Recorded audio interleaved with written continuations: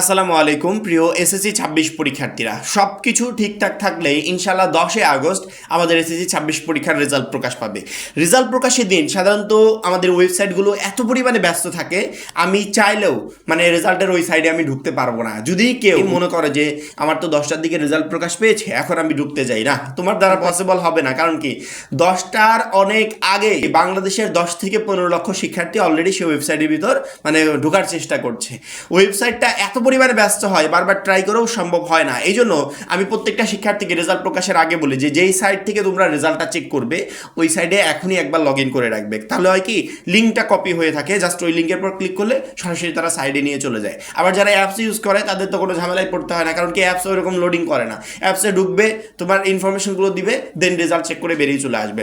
অর্থাৎ তুমি তোমার মার্কশিট সহ রেজাল্ট মাত্র 30 সেকেন্ডে সংগ্রহ করতে পারবে। আমি ভিডিওটা দেখাচ্ছি, এই জন্য হয়তো বা আমার দেখাতে গিয়ে একটু বেশি সময় লাগবে, কিন্তু যখনই তুমি জাস্ট আমার প্রসেস অনুযায়ী রেজাল্ট চেক করতে যাবে, তোমার 30 সেকেন্ডও টাইম লাগবে না, অল্প সময় তুমি রেজাল্টটা চেক করতে পারবে। কিভাবে আমরা অল্প সময় রেজাল্টটা চেক করতে পারবো? রেজাল্টটা মার্কশিট সহ দুইটা প্রসেসে চেক করা যায়, একটা হচ্ছে ওয়েবসাইটের মাধ্যমে, দ্বিতীয়ত হচ্ছে অ্যাপসের মাধ্যমে। দুইটা প্রসেসে আমি ইনশাল্লাহ দেখিয়ে দেবো।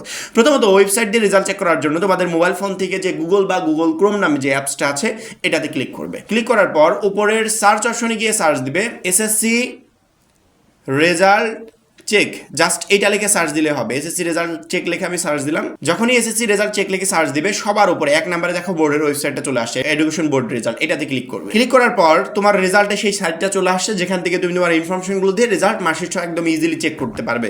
নেম অফ বোর্ডের এখানে তুমি যেই বোর্ড সেই বোর্ডটা সিলেক্ট করবে। তারপরে নেম অফ এক্সামিনেশন এখানে এসএসসি দাখিল এটা সিলেক্ট করবে। ইয়োর এক্সামিনেশন সিলেক্ট ওয়ান, এখান থেকে 2026 2026 সালের পরীক্ষার্থী এটা সিলেক্ট করবে। টাইপ অফ রেজাল্ট এটা হচ্ছে ইন্ডিভিজুয়াল, এই অপশনটা সিলেক্ট করবে। সিলেক্ট করার পর এখানে রোল নাম্বার দিবে, নিচে রেজিস্ট্রেশন নাম্বার দিবে, নিচে দেখো একটা ক্যাপচা আছে 9693। যদি এই ক্যাপচাটা বুঝতে না পারো, then click to load another image, এটাতে ক্লিক করবে।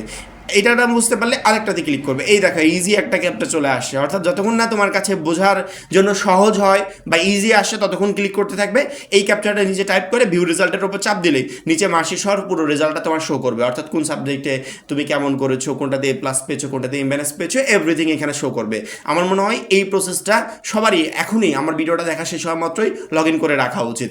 এই যে আমি একবার ঢুকলাম না, আর আমাকে ঢুকতে হবে না, একটু স্ক্রিন দিকে এই দেখো ওয়েব বেসড রেজাল্ট, এই লিঙ্কটা অলরেডি কপি হয়ে আছে। এই লিঙ্কটা কপি হয়ে আছে, যে রেজাল্ট প্রকাশের দিন আমি নতুন করে সার্চ দেবো না, জাস্ট এই লিঙ্কের পর ক্লিক করবো, তাহলে আমাকে সরাসরি সাইডে নিয়ে চলে যাবে। ওইখান থেকে আমি ইজি প্রসেসে রেজাল্টটা চেক করতে পারবো। এবার আরেকটা অপশন মার্কশিট সহ রেজাল্ট চেক করা, অর্থাৎ বোর্ড ওয়াইজ। তুমি ঢাকা বোর্ডের অপশনে ঢুকে রেজাল্টটা চেক করবে। চট্টগ্রাম বোর্ডের ওয়েবসাইটে ঢুকে রেজাল্টটা চেক করবে। অর্থাৎ প্রত্যেকটা বোর্ডের শিক্ষার্থীরা আলাদা আলাদা বোর্ডের ওয়েবসাইটে ঢুকে রেজাল্টটা চেক করতে পারবে। সেই প্রসেসের জন্য আমাদের প্লে স্টোরে যেতে হবে। আমাদের যে প্লে স্টোরে অ্যাপসটা আছে এই অ্যাপসের ভিতরে আমরা যাব। তারপরে আমি সার্চ অপশনে গিয়ে এসএসসি রেজাল্ট 2026 লেগে আমি সার্চ দিচ্ছি। যখনই সার্চ দিলাম, সবার উপরে এক নাম্বার যে অ্যাপসটা আসছে এসএসসি রেজাল্ট 2026, এই অ্যাপসটাতে আমি ক্লিক করবো। এখানে আপডেট চাচ্ছে, আমি আপডেটটা দিয়ে নিলাম। আমি আপডেট দিয়ে দিয়েছি, মোটামুটি আমার আপডেট দেওয়া শেষ। এবার আমি ওপেন অপশনের উপর ক্লিক করবো। যখনই আমি ওপেন অপশনের উপর ক্লিক করলাম, তখন তারা আমাকে অ্যাপসের ভিতর নিয়ে যাচ্ছে। অ্যাপসের ভিতর আসার পর এই যে আমার এসএসসি রেজাল্ট চেক করা দরকার 10 আগস্ট দেখো লেখা আছে। এখানে আবার কাউন্টডাউনও হচ্ছে যে আর কত দিন, কত ঘন্টা, কত মিনিট সময় আছে। অ্যাপসের নিয়মটা অনেক সুন্দর। সেক্ষেত্রে এই অ্যাপস থেকে তোমরা শুধুমাত্র যে রেজাল্টে চেক করতে পারবে এমন না, আরও অনেক কিছু আছে যেগুলো এখান থেকে টোটাল এভরিথিং তোমরা ইনশাল্লাহ পেয়ে যাবে।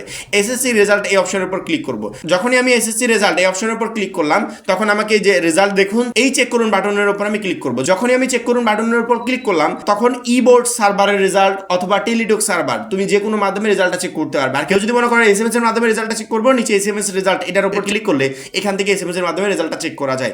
ইবোর্ড সার্ভারে আমি ক্লিক করব, কারণ কি আমি আমার বোর্ডের রেজাল্টটা মার্কশিট সহ দেখতে চাই, এই জন্য এই অপশনটাতে আমি ক্লিক করলাম। যখনই আমি এই অপশনটা ক্লিক করলাম, তখনই আমার সেম প্রসেসে আমার ওই বোর্ডের ওয়েবসাইটটা চলে আসছে। এখান থেকে আমি ইজি প্রসেসে সুন্দর করে সকল ইনফরমেশন দিয়ে আমি রেজাল্টটা চেক করতে পারবো।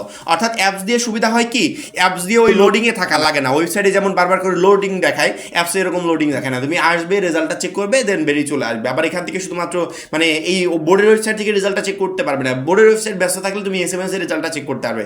এসএমএস তো মোবাইল ফোনে লিখতে হয়, অ্যাপসে মোবাইল ফোনে এসএমএস লিখতে হয় না। অ্যাপসে সব কিছু দেওয়া আছে, জাস্ট আমি ইনফরমেশনগুলো বসিয়ে চেক ক্লিক করলে আমার রেজাল্টটা শো করবে, একদম ইজি প্রসেস। সেক্ষেত্রে আমার মনে হয় প্রত্যেকটা শিক্ষার্থীর এই দুইটা প্রসেস এখনই ওকে করে রাখা উচিত, যাতে বোর্ড পরীক্ষার রেজাল্ট যখন প্রকাশ পাবে তোমাকে কোনো ধরনের কোনো অপেক্ষা না করে ডিরেক্টলি তুমি রেজাল্টটা চেক করতে পারো। আশা করি প্রত্যেকটা শিক্ষার্থী বুঝতে পেরেছ। এখন এই পর্যন্তই।